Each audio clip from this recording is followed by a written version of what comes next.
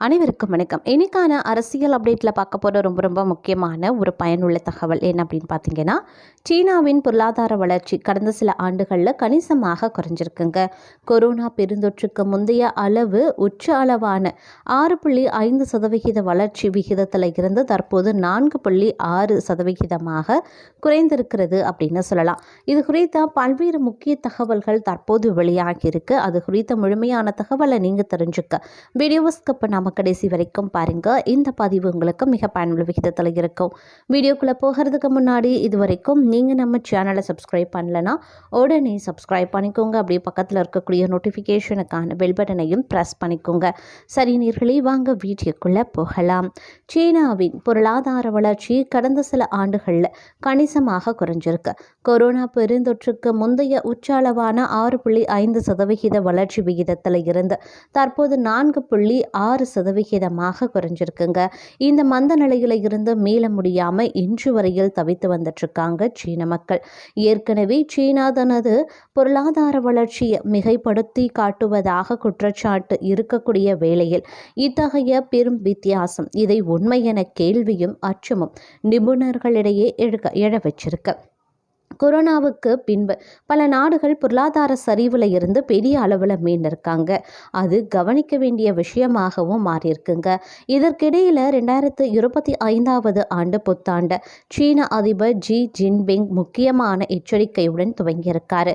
அதாவது தைவான் நாட்டை சீனாவுடன் இணைப்பதை யாராலும் தடுக்க முடியாது. விரைவில் தைவான் சீனாவின் ஒரு பகுதியாக மாறும் அப்படின்னு தெரிவித்திருக்காங்க. இதே வேளையில் ஜனவரி 20 ட்ரம்ப் அமெரிக்க அதிபராக பதவி ஏற்க உள்ள நிலையில் புதிய அரசை எதிர்கொள்ள முழு வீச்சில் தயாராகி வருவதாகவும் சொல்லப்பட்டிருக்குங்க.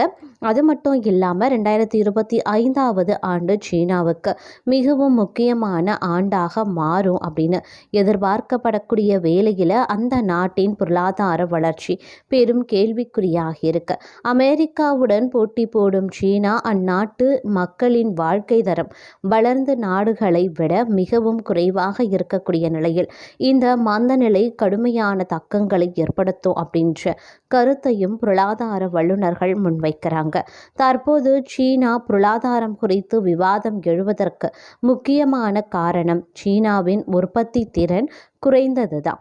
இந்த பொருளாதார மந்தநிலைக்கு முக்கிய காரணிகளில் ஒன்று மொத்த உற்பத்தி திறன் குறைவதாகும். அதே மாதிரி டிஎஃப்பி என்பது ஒரு நாடு தனது ஊழியர்களையும் மற்றும் மூலதன வளங்களை பயன்படுத்தி எவ்வளவு சிறப்பாக உற்பத்தி திறனை வெளியிடுகிறது அப்படிங்கிறத தான் கடந்த 15 வருடங்களில் இல்லாத வகையில் மொத்த உற்பத்தி திறன் அளவிடும் டிஎஃப்பி குறைந்து வருவது தற்போது சீனா பொருளாதார வளர்ச்சிக்கு முக்கிய பிரச்சனையாகவே இருக்கு. உலக அளவில் புகழ்பெற்ற பொருளாதார நிபுணர் பால் க்ரூமேன் சீனாவின் இந்த பொருளாதார மந்த நிலைக்கு 2008 உலகளாவிய நிதி நெருக்கடியை தொடர்ந்து ரியல் எஸ்டேட் துறையில் முதலீடு கணிசமாக மாறியதையே காரணமாக சொல்றாங்க. இதே வேளையில் சீனாவின் ரியல் எஸ்டேட் துறையும் பெரும் வீழ்ச்சி அடைஞ்சிருக்கு. சீன அரசும் சீன மக்களும் அதிக உற்பத்தி திறன் கொண்ட துறைகளில் இருந்து முதலீட்டை குறைந்த வேலை வாய்ப்பை உருவாக்கும். குறைந்த உற்பத்தி திறன் கொண்ட ரியல் எஸ்டேட் துறைக்கு திரும்பியது மூலமா ஒட்டுமொத்த பொருளாதார வளர்ச்சியை தடுத்திருக்காங்க அப்படின்னு பால் க்ரூக்மேன் கூறுகிறார். மேலும் 2022 ஆண்டுல செய்யப்பட்ட ஆய்வறிக்கையில் சீன அரசு அதன் நிதி ஒதுக்கீட்டில் மிகப்பெரிய அளவில் வித்தியாசம் இருக்கிறதாகவும் இதை சரி செய்யக்கூடிய வகையில் சீன பொருளாதாரம் நிலையாக வளர்ச்சி அடையும் சூழல் உருவாகாது அப்படின்னும் தெரிவித்திருக்காங்க. இதே போல சீனாவின் பொருளாதாரம் உயர் வருமானம் கொண்ட பொருளாதார நாடாக மாறுவதற்கு போராடும் பிற நடுத்தர வருமானம் கொண்ட நாடுகள் எதிர்கொள்ளும் அனைத்து பிரச்சனைகளை எதிர்கொண்டு வந்துட்டுருக்காங்க. இதனால் தொழில்நுட்ப முன்னேற்றங்கள் மற்றும் உற்பத்தி திறன் சார்ந்த வளர்ச்சி மூலமாக வெற்றிகரமாக மாற்றி அமைத்த ஜப்பான், தென்கொரியா, தைவான் போன்ற நாடுகளை போலல்லாமல் சீனாவின் வளர்ச்சி மந்தமடைந்திருக்கிறது அப்படின்னு தான் சொல்லணும்.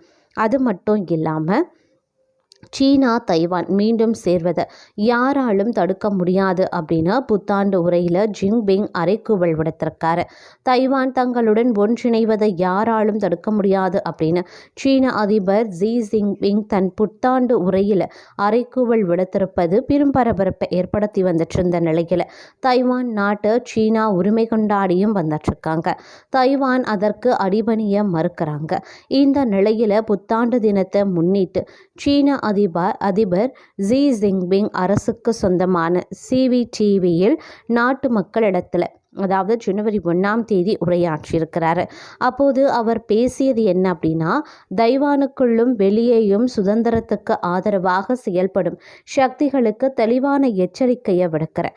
தைவான் சீனா நாட்டில் இருக்கக்கூடிய மக்கள் ஒரே குடும்பம். எங்களுடைய குடும்ப பிணைப்புகளை யாராலும் துண்டிக்க முடியாது. தேசிய ஒற்றுமையின் வரலாற்றை யாராலும் சிதைக்க முடியாது அப்படின்னு பேசியிருக்காங்க. மேலும் சீனாவுடன் தைவான் மீண்டும் இணைவது தவிர்க்க முடியாதது. இருதரப்பு மக்களும் இணைந்து சீனாவின் மகிமையில் பெருமை கொள்ள வேண்டும் அப்படின்னு சொல்லியிருக்காங்க. சீனாவில் பிரிவினைவாதியாக அடையாளம் குத்தப்பட்ட லாய் சிங் தே கடந்த மே மாதம் தைவான் நாட்டின் அதிபராக பதவியேற்றார். அதற்கு பிறகு பதற்றம் வழக்கத்தை விட அதிகமாகியிருக்கு. தைவான் கடற்பகுதியில் போர்க்கப்பல்களையும் வான்வெளியில் விமானப்படை விமானங்களை அடிக்கடி அனுப்பி சீனா மிரட்டலில் ஈடுபடுவது அதிகரித்து கொண்டே இருக்கு. தைவானை தன்னுடைய கட்டுக்குள் கொண்டு வரவும் பிரிவினைவாதிகளை அச்சுறுத்தவும் அடிக்கடி தைவானை சுற்றி போர் பயிற்சிகளையும் சீனா நடத்தி வருவதும் குறிப்பிடத்தக்க ஒரு விஷயம் அப்படின்னு கூட சொல்லலாம். அதே மாதிரி தைவானை சீனாவுடன் இணைக்கிறத தடுக்க முடியாது அப்படின்னு சீன அதிபர் அறைகூவல் விடுப்பது அப்படிங்கிறது பெரும் விவாதத்தையும் தற்போது எழ வைத்திருக்கிறது அப்படின்னு தாங்க சொல்லணும். அதே மாதிரி பார்த்தோம் அப்படின்னா, என்ன நடந்தாலும் தைவானை சீனாவுடன் நான் இணைச்சே தீருவேன். தைவானை சீனாவின் அங்கம் ஆக்குவதை யாராலும் தடுக்க முடியாது அப்படின்னு சீன அதிபர் ஜின்பிங் தெரிவித்திருக்கார். சீனாவிற்கு அருகே தென் சீன கடல் பகுதியில் இருக்கக்கூடிய தைவானை சீனா பல வருடங்களாக உரிமை கொண்டாடி வந்துட்டுருக்காங்க. இந்த தைவான் அப்படிங்கிறது வரலாற்று ரீதியாக சீனாவுடன் தொடர்பு கொண்டது தாங்க. சீனாவில் இருந்த பல்வேறு இனக்குழுக்கள் தைவானில் குடியேறி வாழ்ந்து வந்திருக்காங்க. வரலாற்று முறைப்படி தற்போது தைவானில் இருப்பது சீன முன்னோர்கள் தான். அங்கு இருக்கக்கூடிய மக்கள் ஆஸ்ட்ரோனேஷியன் பழங்குடி மக்கள் ஆவாங்க.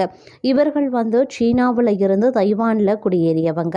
இப்படிப்பட்ட தைவான் AD 239 ஆண்டு வரை சீனாவின் கட்டுப்பாட்டிலையும் பின்னர் டச்சு அரசு கட்டுப்பாட்டிலையும் பின்னர் மீண்டும் 1683 முதல் 1895 வரைக்கும் சீன கட்டுப்பாட்டிலையும் வந்திருக்கு.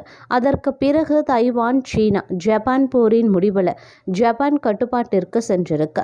2ஆம் உலகப் போரின் முடிவில் தைவான் மீண்டும் சீனாவின் கட்டுப்பாட்டிற்கும் சென்றிருக்கு.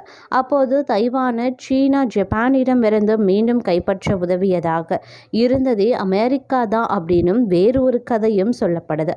இதற்கு பின்பு சீனாவில் 1949 ஏற்பட்ட உள்நாட்டு போர் அனைத்தையும் மாற்றி அமைச்சிருக்கு. சீனாவை நிர்வகித்து வந்த சியாங் கேச்சிங் எதிராக மாவோ சார்பாக போராட்டம் நடத்தப்பட்ட நிலையில் அது உள்நாட்டு போராக வெடிச்சிருக்கு. இந்த போரில் மாவோ வெற்றி பெற்று சீனாவில் ஆட்சிக்கு வந்திருக்காங்க.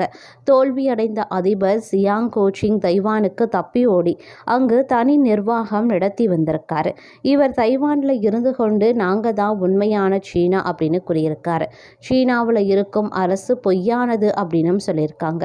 முதல்ல பல நாடுகள் தைவானில் இருக்கும் அரசு உண்மையான சீன அரசு அப்படின்னு அங்கீகரித்திருக்காங்க. ஆனால் நாட்கள் செல்ல செல்ல சீனாவை தனி நாடாக உலக நாடுகள் ஏற்றுக்கொண்டு பெய்ஜிங்குடன் வர்த்தகம் தொடங்கியிருக்கு. இதை அடுத்து தைவான் போக போக நாங்கள் தான் உண்மையான சீனா அப்படின்னு சொல்வதை விடுத்து நாங்கள் தனி நாடு, நாங்கள் தைவான் என்று சொல்ல தொடங்கியிருக்கு. இதுதான் தைவான் சீனா மோதலுக்கான கதை. ஆனால் தைவான் ஐநா விதிப்படி இன்னும் தனி நாடு அமெரிக்காவும் இதை தனி நாடாக அங்கீகரிக்கவும் இல்லை. அமெரிக்க தூதராக தூதரக ரீதியாக தைவானுடன் உறவுலையும் இல்லை. இதில் அமெரிக்கா 2 விதமான நிலைப்பாட்டையும் எடுத்திருக்காங்க. வரலாற்று ரீதியாக தைவானை அமெரிக்கா தனிநாடாக வெளிப்படையாக அங்கீகரித்தது கிடையாது. சில தலைவர்கள் அவ்வப்போது தைவானுக்கு ஆதரவாக பேசினாலும் எப்போதும் ஒற்றை சீனா என்ற நிலைப்பாட்டில் மட்டுமே அமெரிக்கா இருந்திருக்கு. ஆனால் சீனாவை சீண்டுவதற்காக தைவானை அமெரிக்கா பயன்படுத்தியும் வந்துட்டுருக்காங்க. அதோடு சீனாவிடம் இருந்து பாதுகாக்க தைவானுக்கு அமெரிக்க பாதுகாப்பு உபகரணங்களையும் வழங்கி வருது. இப்படிப்பட்ட நிலையில தான் தைவானை முழுமையாக கைப்பற்ற சீனா தீவிரமாக முயன்று வந்துட்டு இருக்காங்க அப்படின்னு கூட சொல்லலாம்.